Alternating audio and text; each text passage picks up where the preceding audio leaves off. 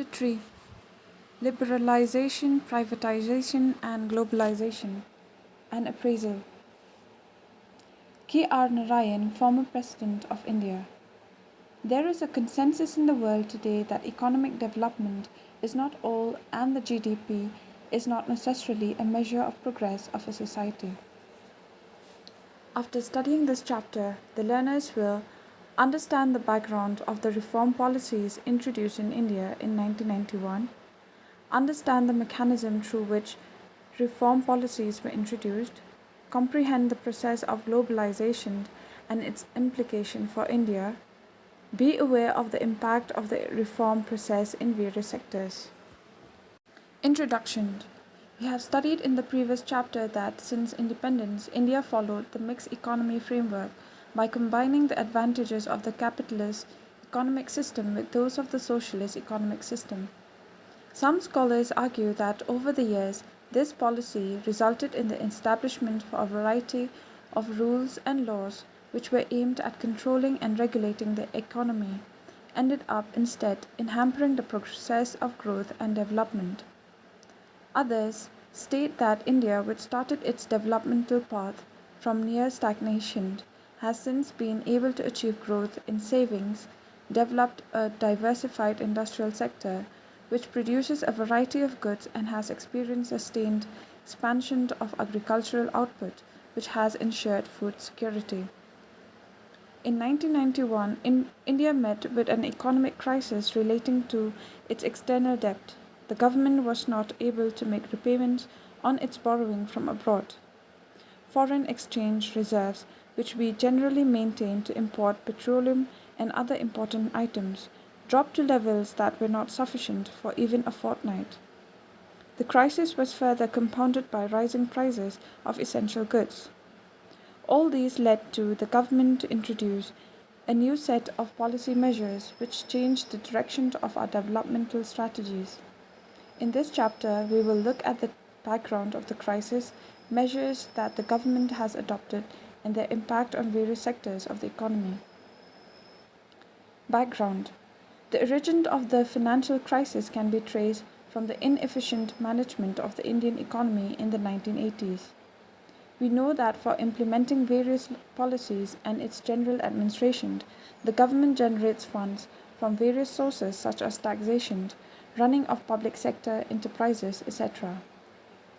When expenditure is more than income, the government borrows to finance the deficit from banks and also from people within the country and from international financial institutions. When we import goods like petroleum, we pay in dollars which we earn from our exports. Developmental policies required that even though the revenues were very low, the government had to overshoot its revenue to meet challenges like unemployment, poverty, and population explosion. The continued spending on development programs of the government did not generate additional revenue. Moreover, the government was not able to generate sufficiently from internal sources such as taxation. When the government was spending a large share of its income on areas which do not provide immediate returns, such as the social sector and defense, there was a need to utilize the rest of its revenue in a highly efficient manner. The income from public sector undertakings was not also very high to meet the growing expenditure. At times, our foreign exchange borrowed from other countries and international financial institutions was spent on meeting consumption needs. Neither was an attempt made to reduce such profligate spending, nor sufficient attention was given to boost exports to pay for the growing imports. In the late 1980s, government expenditure began to exceed its revenue by such large margins that meeting the expenditure through borrowings became unsustainable. Prices of many essential goods rose sharply. Imports grew at a very high rate without matching growth of exports. As pointed out earlier, foreign exchange reserves declined to a level that was not adequate to finance imports for more than 2 weeks. There was also not sufficient foreign exchange to pay the interest that needed to be paid to international lenders. Also, no country or international funder was willing to lend to India. India approached the International Bank for Reconstruction and Development (IBRD), popularly known as World Bank, and the International Monetary Fund (IMF), and received $7 billion as loan to manage the crisis. For availing the loan, these international agencies expected India to liberalize and open up the economy by removing restrictions on the private sector, reduce the role of the government in many areas, and remove trade restrictions between India and other countries.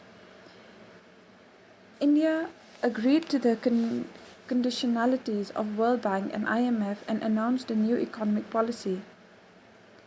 The new economic policy consisted of wide-ranging economic reforms. The thrust of the policies was towards creating a more competitive environment in the economy and removing the barriers to entry and growth of firms.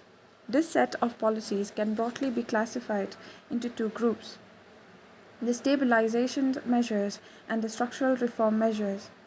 Stabilization measures are short-term measures intended to correct some of the weaknesses that have developed in the balance of payments and to bring inflation under control.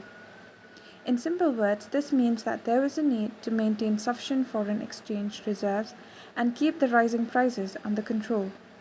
On the other hand, structural reform policies are long-term measures aimed at improving the efficiency of the economy and increasing its international competitiveness by removing the rigidities in various segments of the Indian economy. The government initiated a variety of policies which fall under the three heads, namely liberalization, privatization, and globalization. Liberalization. As pointed out in the beginning, rules and laws which were aimed at regulating the economic activities became major hindrances in growth and development. Liberalization was introduced to put an end to those restrictions and open various sectors of the economy. Though a few liberalization measures were introduced in 1980s in areas of industrial licensing, export-import policy, technology upgradation, fiscal policy and foreign investment, reform policies initiated in 1991 were more comprehensive. Let us study some important areas such as the industrial sector, financial sector, tax reforms, foreign exchange markets and trade and investment sectors which received greater attention in and after 1991. Deregulation of industrial sector.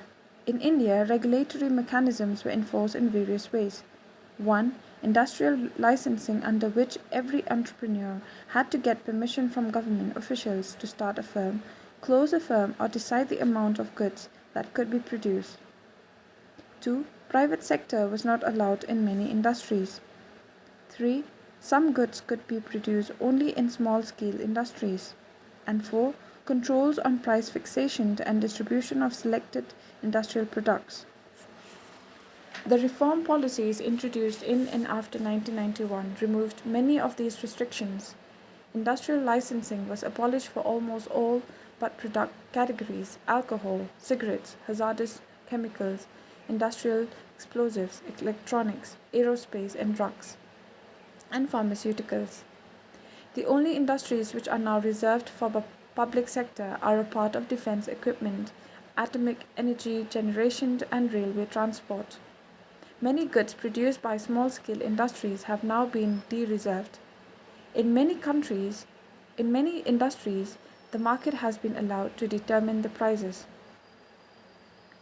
Financial sector reforms. Financial sector includes financial institutions such as commercial banks, investment banks, stock exchange operations, and foreign exchange market. The financial sector in India is regulated by the Reserve Bank of India (RBI). You may be aware that all banks and other financial institutions in India are regulated through various norms and regulations of the RBI. The RBI decides the amount of money that the banks can keep with themselves, fixes interest rates, nature of lending to various sectors, etc. One of the major aims of financial sector reforms is to reduce the role of RBI from regulator to facilitator of financial sector. This means that the financial sector may be allowed to take decision on many matters without consulting the RBI. The reform policies led to the establishment of private sector banks, Indian as well as foreign. Foreign investment limit in banks was raised to around 74%. Those banks which fulfill certain conditions have been given freedom to set up new branches without the approval of the RBI and rationalize their existing branch networks. Though banks have been given permission to generate resources from India and abroad, certain managerial aspects have been retained with the RBI to safeguard the interests of the account holders and the nation. Foreign institutional investors (FII) such as merchant bankers, mutual funds, and pension funds are now allowed to invest in Indian financial markets. Tax reforms. Tax reforms are concerned with the reforms in the government's taxation and public expenditure policies, which are collectively known as fiscal policy. There are two types of taxes: direct and indirect. Direct taxes consist of taxes on incomes individual as well as profits of business enterprises. Since 1991, there has been a continuous reduction in the taxes on individual incomes as it was felt that high rates of income tax were an important reason for tax evasion. It is now widely accepted that moderate rates of income tax encourage savings and voluntary disclosure of income. The rate of corporation tax, which was very high earlier, has been gradually decreased. Efforts has also been made to reform the indirect taxes, taxes levied on commodities in order to facilitate the establishment of a common national market for goods and commodities. In 2016, the Indian Parliament passed a law, Goods and Services Tax Act 2016, to amplify and introduce a unified indirect tax system in India. This law came into effect from July 2017. This is expected to generate additional revenue for the government, reduce tax evasion, and create one nation, one tax, and one market. Another component of reform in this area is simplification. In order to encourage better compliance on the part of taxpayers, many procedures have been simplified and the rates also substantially lowered. Foreign exchange reforms. The first important reform in the external sector was made in the foreign exchange market. In 1991, as an immediate measure to resolve the balance of payment crisis, the rupee was devalued against foreign currencies.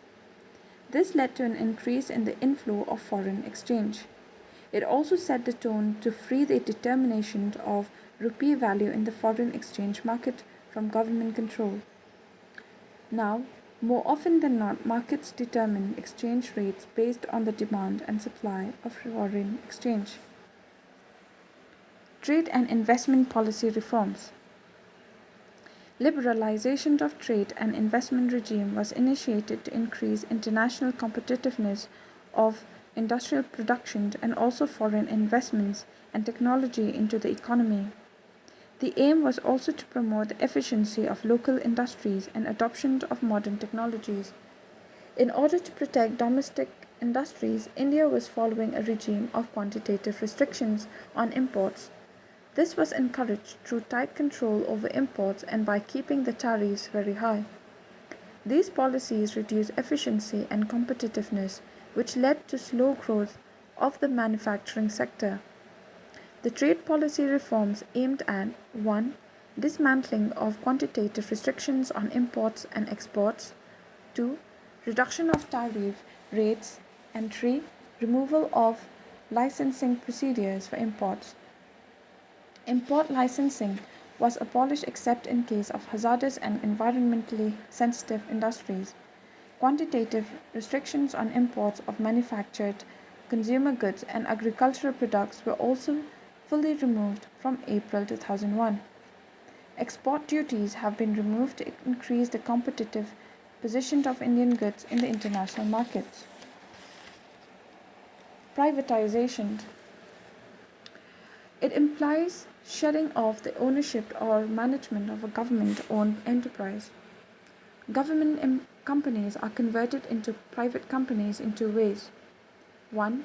by withdrawal of the government from ownership and management of public sector companies, and or 2. By outright sale of public sector companies. Privatization of the public sector enterprises by selling off part of the equity of PSEs to the public is known as disinvestment. The purpose of the sale, according to the government, was mainly to improve financial discipline and facilitate modernization. It was also envisaged that private capital and managerial capabilities could be effectively utilized to improve the performance of the PSUs. The government envisaged that privatization could provide strong impetus to the inflow of the FDI. The government has also made attempts to improve the efficiency of PSUs by giving them autonomy in taking managerial decisions. For instance, some PSUs have been granted special status as Maharatnas, Navratnas, and Mini Ratnas. Box 3.1 Navratnas and Public Enterprise Policies. You must have read in your childhood about the famous Navratnas or 9 jewels in the imperial court of King Vikramaditya, who were eminent persons of excellence in the field of art, literature, and knowledge. In order to improve efficiency, infuse professionalism, and enable them to compete more effectively in the liberalized global environment, the government identifies PSEs and declares them as Maharatnas, Navratnas, and Mini Ratnas. They were given greater managerial and operational autonomy in taking various decisions to run the company efficiently and thus increase their profits. Greater operational, financial, and managerial autonomy has also been granted to profit-making enterprises referred to as Mini Ratnas. The central public sector enterprises are designated with different status. A few examples of public enterprises with their status are as follows. 1. Maharatnas. A. Indian Oil Corporation Limited and B. Steel Authority of India Limited. 2. Navratnas. Hindustan A. Hindustan Aeronautics Limited. B. Mahanagar Telephone Nigam Limited. And 3. Mini Ratnas. A. Bharat Sanchar Nigam Limited, B. Airport Authority of India, and C. Indian Railway Catering and Tourism Corporation Limited. Many of these profitable PSCs were originally formed during the 1950s and 60s when self-reliance was an important element of the public policy. They were set up with the intention of providing infrastructure and direct employment to the public so that the quality end product reaches the masses at a nominal cost and the companies themselves were made accountable to all stakeholders. The granting of status resulted in better performance of these companies. Scholars allege that instead of facilitating public enterprises in the expansion and enabling them to become global players, the government partly privatized them through disinvestment. Of late, the government has decided to retain them in the public sector and enable them to expand themselves in the global markets and raise resources by themselves from financial markets. Globalization. Although globalization is generally understood to mean integration of economy of the country with the world economy, it is a complex phenomenon. It is an outcome of the set of various policies that are aimed at transforming the world towards greater interdependence and integration. It involves creation of networks and activities transcending economic, social, and geographical boundaries. Globalization attempts to establish links in such a way that the happenings in India can be influenced by events happening miles away. It is turning the world into one world or creating a borderless world. Outsourcing. This is one of the important outcomes of the globalization process. In outsourcing, a company hires regular service from external resources, mostly from other countries, which was previously provided internally or from within the country. As a form of economic activity, outsourcing has intensified in recent times because of the growth of fast modes of communication, particularly the growth of information technology. Many of the services, such as voice based business processes, record keeping, accountancy, banking services, music recording, film editing, book transcription, clinical advice, or even teaching, are being outsourced by companies in developed countries to India. With the help of modern telecommunication, links including the internet, the text, voice, and visual data in respect of these services is digitized and transmitted in real time over continents and national boundaries. Most multinational corporations and even small companies are outsourcing their services to India, where they can be availed at a cheaper cost with reasonable degree of skill and accuracy. The low wage rates and availability of skilled manpower in India have made it a destination for global outsourcing in the post-reform period. World Trade Organization (WTO). The WTO was founded in 1995 as the successor organization to General Agreement on Trade and Tariff (GATT). GATT was established in 1948 with 23 countries as the global trade organization to administer all multilateral trade agreements by providing equal opportunities to all countries in international market for trading purposes. WTO is expected to establish a rule-based trading regime in which nations cannot place arbitrary restrictions on trade. In addition, its purpose is also to enlarge production and trade of services, to ensure optimum utilization of world resources, and to protect the environment. The WTO agreements cover trade in goods as well as services to facilitate international trade through removal of tariffs as well as non-tariff barriers by providing greater market access to all member countries.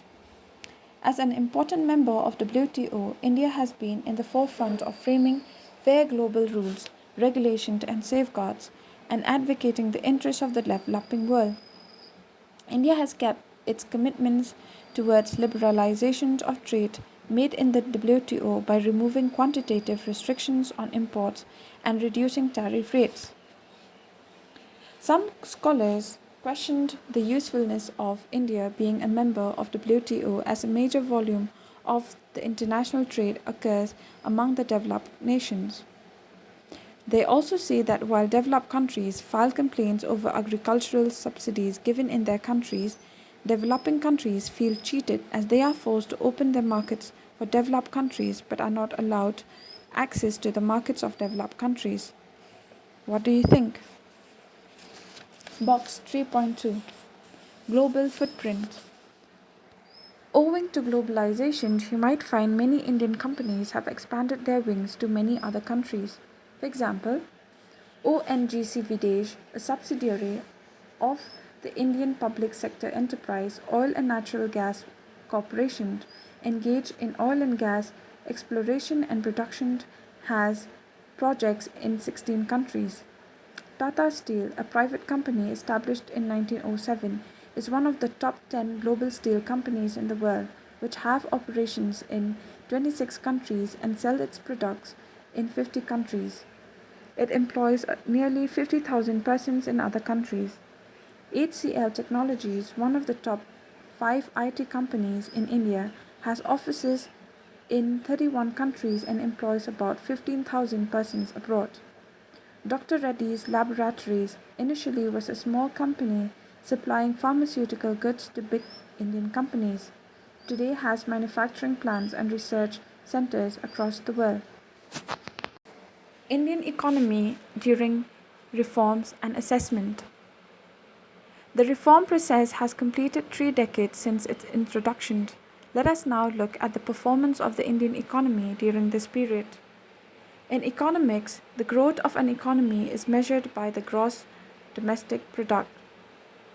The post-India witnessed a rapid growth in GDP on a continual basis for 2 decades. The growth of the GDP increased from 5.6% during 1980 to 91 to 8.2% during 2007 to 12. During the reform period, the growth of agriculture has declined. While the industrial sector reported fluctuations, the growth of the service sector has gone up. This indicates that this growth is mainly driven by growth in the service sector. During 2012 to 15, there has been a setback in the growth rates of different sectors witnessed post 1991. While agriculture recorded a high growth rate during 2013 to 14, this sector witnessed negative growth in the subsequent year. While the service sector continued to witness a high level of growth, higher than overall GDP growth in 2014 to 15, this sector witnessed the high growth rate of 9.8%.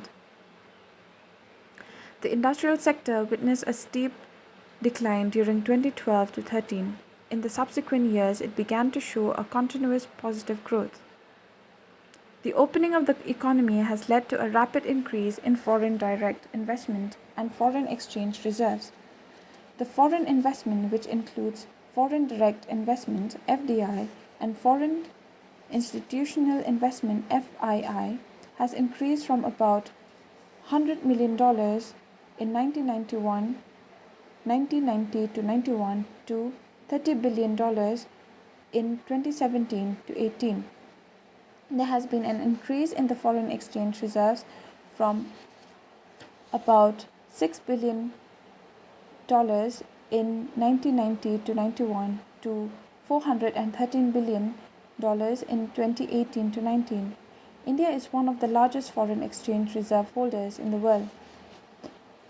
India is seen as a successful exporter of auto parts, engineering goods, IT software, and textile in the reform period. Rising prices have also been kept under control. On the other hand, the reform process has been widely criticized for not being able to address some of the basic problems facing our economy, especially in areas of employment, agriculture, industry, infrastructure, development, and fiscal management. Growth and development. Though the GDP growth rate has increased in the reform period, scholars point out that the reform-led growth has not generated sufficient employment opportunities in the country. You will study the link between different aspects of employment and growth in the next unit. Reforms in agriculture. Reforms have not been able to benefit agriculture, where the growth rate has been decelerating. Public investment in agriculture sector, especially in infrastructure, which includes irrigation, power, roads, market linkages, and research and extension, has fallen in the reform period. Further, the partial removal of fertilizer subsidy has led to increase in the cost of production, which has severely affected the small and marginal farmers. This sector has been experiencing a number of policy changes, such as reduction in import duties on agricultural products, low minimum support price, and lifting of quantitative restrictions on the imports of agricultural products. These have adversely affected Indian farmers as they now have to face increased international competition. Moreover, because of export-oriented policy strategies in agriculture, there has been a shift from production for the domestic market towards production of the export market, focusing on cash crops in lieu of production of food grains. This puts pressure on prices of food grains. Reforms in industry. Industrial growth has also recorded a slowdown. This is because of decreasing demand of industrial products due to various reasons such as cheaper imports, inadequate investment in infrastructure, etc. In a globalized world, developing countries are compelled to open up the economies to greater flow of goods and capital from developed countries and rendering their industries vulnerable to imported goods. Cheaper imports have thus replaced the demand for domestic goods. Domestic manufacturers are facing competition from imports. The infrastructure facilities, including power supply, have remained inadequate due to lack of investment. Globalization is thus often seen as creating conditions for the free movement of goods and services from foreign countries that adversely affect the local industries and employment opportunities in developing countries. Moreover, A developing country like India still does not have the access to developed countries' markets because of high non tariff barriers. For example, although all quota restrictions on exports of textiles and clothing have been removed in India, USA have not removed their quota restriction on import of textiles from India and China. This investment. Every year, the government fixes a target for disinvestment of PSEs. For instance, in 1991 to 92, it was targeted to mobilize rupees 2,500 crore through disinvestment. The government was able to mobilize 3,040 crore, more than the target. In 2017 to 18, the target was about 1 lakh crore, whereas the achievement was about rupees 1 lakh 57 crore. Critics point out that the assets of PSEs have been undervalued and sold to the private sector. This means that there has been a substantial loss to the government.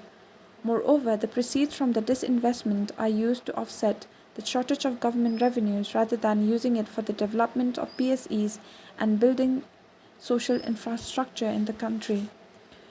Do you think selling a part of the properties of government companies is the best way to improve the efficiency? Reform and fiscal policies. Economic reforms have placed limits on the growth of public expenditure, especially in social sectors. The tax reduction in the reform period, aimed at yielding larger revenue and curb tax evasion, have not resulted in increase in tax revenue for the government. Also, the reform policies involving tariff reductions have curtailed the scope for raising revenue through custom duties. In order to attract foreign investment, tax incentives are provided to foreign investors, which further reduce the scope of raising tax revenues. This has a negative impact on developmental and welfare expenditures. Box 3.3 Sri Tragedy. Power sector reforms in many Indian states led to do away with the supply of electricity at a subsidized rate and steep rise in power tariff. This has affected workers engaged in small industries. Power loom textile industry in Andhra Pradesh is an example. Since the wages of the power loom workers are linked to the production of cloth, power cut means cut in wages of weavers who were already suffering from hike in tariff. A few years ago, this led to a crisis in the livelihood of the weavers, and 50 power loom workers committed suicide in a small town called Sirisila in Andhra Pradesh. Do you think the power tariff should not be raised? What would be your suggestion to revive small industries affected by reforms? Conclusion. The process of globalization through liberalization and privatization policies have produced positive as well as negative results, both for India and other countries. Some scholars argue that globalization should be seen as an opportunity in terms of greater access to global markets, high technology, and increased possibility of large industries of developing countries to become important players in the international arena. End of chapter 3. On the contrary, the critics argue that globalization is a strategy of the developed countries to expand their markets in other countries. According to them, it has compromised the welfare and identity of people belonging to poor countries.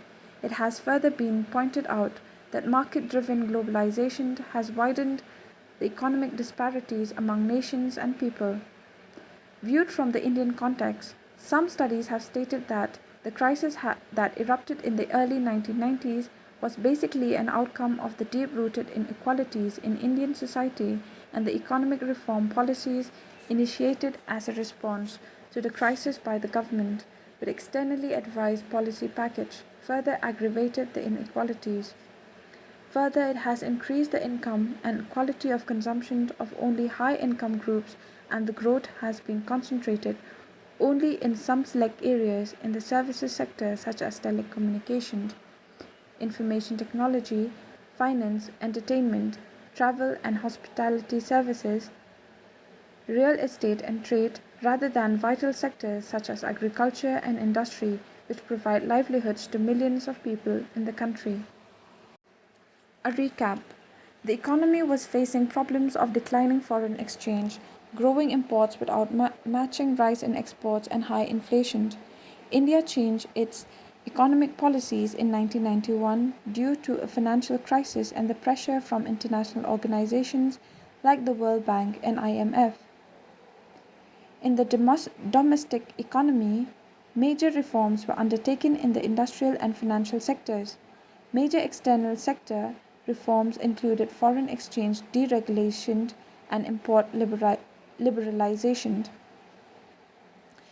With a view to improving the performance of a public sector, there was a consensus on reducing its role and opening it up to the private sector. This was done through disinvestment and liberalization measures. Globalization is the outcome of the policies of liberalization and privatization. It means an integration of the economy of the country with the world economy.